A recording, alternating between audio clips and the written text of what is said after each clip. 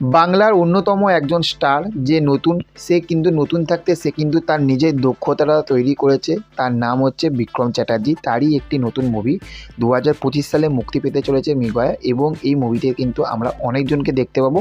এবং এই সিনেমাটি আলোচনা করার আগে একটা ছোট্ট কথা বলি, যে পারিয়া থাকতে সে তার নিজের পরিচিতি, সে আগেও অনেকগুলো বই করেছে, কিন্তু পারিয়া থাকতে সে কিন্তু নিজের তার পরিচিতি একটা আলাদা ধরনের একটা পরিচিতি সে তৈরি করতে পেরেছে।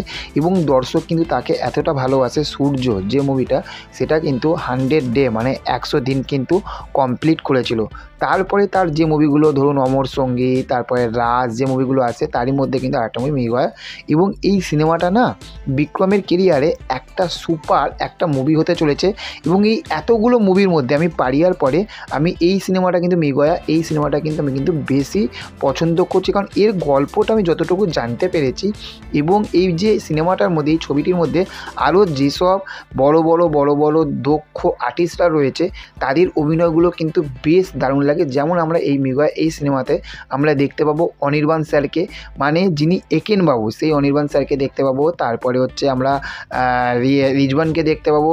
রিজওয়ানকে আপনারা কি চিনতে পারছেন? আমি দেখুন, আমি পিকচারটা দিয়ে দিচ্ছি। এবং ইনি হচ্ছে স্টার জলসার যে আঁচল যে সিরিয়ালটা হতো, সেই সিরিয়ালের নায়ক। তারপরে আমরা ঋত্বিক চক্রবর্তীকে দেখতে পাবো এবং বিক্রমকে দেখতে পাবো। এই সিনেমাটির শ্যুটিং শেষ হয়ে গেল, জাস্ট এই 2 দিন না 3 দিন হলো শ্যুটিং শেষ হয়ে গেছে। এবং এটি 2025 সালে মুক্তি পাচ্ছে। এবং এটার যে গল্পটা না, গল্পটা হচ্ছে এরা 4 জনই পুলিশ অফিসার, এবং এটা একটি কিন্তু সত্য ঘটনা অবলম্বনে এই গল্পটি তৈরি হয়েছে। অভিরূপ বোস এই ছবিটি পরিচালনা করছে। এবং এই যে কলকাতার মধ্যে একটি খুন, মানে একটি মেয়ের খুন হয়ে যায়, এবং সে খুন হবার পরে তার যে কোনো সাক্ষী বা কোনো একবার সাক্ষ্য বা সাক্ষী, তারা কিন্তু কাউকে কিন্তু পায় না, যে কে কে অভিযুক্ত, মানে কে দোষী, তাকে কিন্তু কেউ খুঁজে পায় না। এবং সেই খুনের তদন্তে কিন্তু এই 4 জন পুলিশ অফিসার নামে, যেখানে আমরা বিক্রম দা, অনির্বাণ দা এবং ঋত্বিক দা এবং রিজওয়ানকে আমরা দেখতে পাবো। এই নিয়ে গল্পটা তৈরি হবে, এবং এখানে কি হবে, সেটা আরও কি হবে, ট্রেলার এবং টিজার আসলে আমরা বুঝতে পারবো। এবং এখানে বিক্রমের যে লুকটা, আমরা কিন্তু সবসময় দেখি যে পুলিশের একটা গোপ থাকবে, আলাদা একটা এ থাকবে, কিন্তু এখানে বিক্রমের কিন্তু কোনো দাড়ি গোপ কিচ্ছু নেই। বেশ বিক্রমকে না বেশ একটা দেখতে কিন্তু বেশ একটা ভালো লাগছে। তার সঙ্গে রিজওয়ানকে, অনির্বাণ স্যারকে তো আমরা সবসময় দারুণ লাগে, ফাটাফাটি লাগে। তারপরে ঋত্বিক দাকে। তো এই সিনেমাটা কিন্তু গল্পটা কিন্তু বেশ একটা ভালো হতে চলেছে।